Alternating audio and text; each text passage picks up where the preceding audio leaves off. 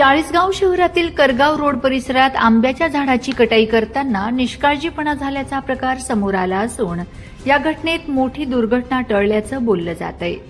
येथील डॉक्टर पुष्कर घाटे यांच्या घराच्या आवारातील आंब्याच्या झाडाची कटाई सुरू असताना तोडलेली फांदी अचानक विद्युत तारांवर पडल्याने जोरदार कडकडाट झाला। या घटनेमुळे विद्युत तारांखालून जात असलेली 11 वर्षीय बालिका घाबरून गेली। सुदैवाने कोणतीही जीवितहानी झाली नाही।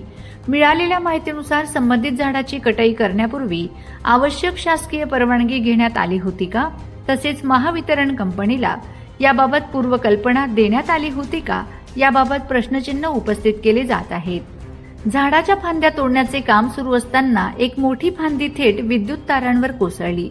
त्यामुळे तारांमध्ये स्पार्किंग होऊन मोठा कडकडाट झाला आणि परिसरात काही काळ भीतीचे वातावरण निर्माण झाले।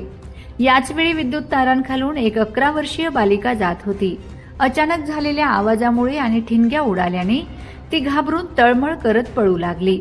स्थानिक नागरिकांनी तिला धीर देत सुरक्षित ठिकाणी नेले।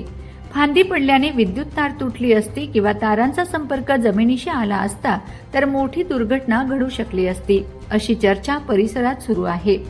या घटनेनंतर बालिकेचे वडील गणेश अग्रवाल यांनी संबंधित विभागाकडे तीव्र नाराजी व्यक्त केली आहे। झाडाची कटाई करताना नियमांचे पालन करण्यात आले होते का, आवश्यक परवानग्या घेतल्या होत्या का, आणि या घटनेत माझ्या मुलीच्या जीवाला काही धोका निर्माण झाला असता तर त्याची जबाबदारी कोणाची, असा सवाल त्यांनी उपस्थित केला आहे।